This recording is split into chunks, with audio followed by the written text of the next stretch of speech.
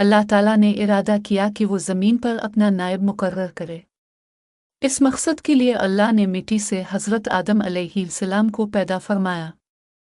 हज़रत आदम अलैहिस्सलाम निहायत खूबसूरत और कामिल इंसान थे।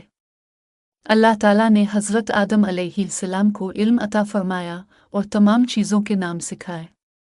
फिर अल्लाह ताला ने तमाम फरिश्तों को हुक्म दिया कि वो हज़रत आदम अलैहिस्सलाम को सजदा करें। ये सजदा तज़ीमी था, इबादती नहीं। तमाम फरिश्ते अल्लाह के हुक्म की तामील करते हुए हज़रत आदम अलैहिस्सलाम को सजदा रेज़ हो गए, मगर इब्लीस ने इनकार कर दिया। इब्लीस, जो जिन्नात में से था और आग से पैदा किया गया था, उसने तकब्बुर और गुरूर की वजह से सजदा करने से इनकार किया। इब्लीस ने अल्लाह ताला से कहा, मैं आग से पैदा किया गया हूँ और आदम मिट्टी से, लिहाजा मैं उनसे बेहतर हूँ। इस तकब्बुर और नाफरमानी की वजह से अल्लाह ताला ने इब्लीस को अपनी बारगाह से निकाल दिया और इसे मलून करार दिया। इब्लीस ने अल्लाह से मोहलत मांगी कि क़यामत तक इसे लोगों को गुमराह करने की इजाज़त दी जाए, और अल्लाह ने इसे ये मोहलत दे दी। अल्लाह ताला ने हज़रत आदम अलैहिस्सलाम के लिए जन्नत में एक जगह मुकर्रर की और उन्हें वहाँ रहने का हुक्म दिया।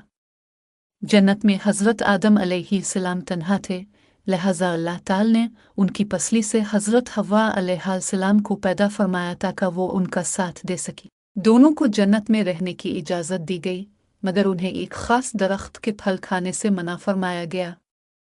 इब्लीस, जो हज़रत आदम अलैहिस्सलाम की तख्लीक के वक्त से ही उनसे दुश्मनी रखता था, उसने इन दोनों को बहकाने की कोशिश की। उसने हज़रत हव्वा अलैहिस्सलाम के ज़रिए हज़रत आदम अलैहिस्सलाम को वरगलाया और आखिरकार वो दोनों इस ममनुआ दरख्त का फल खा बैठे।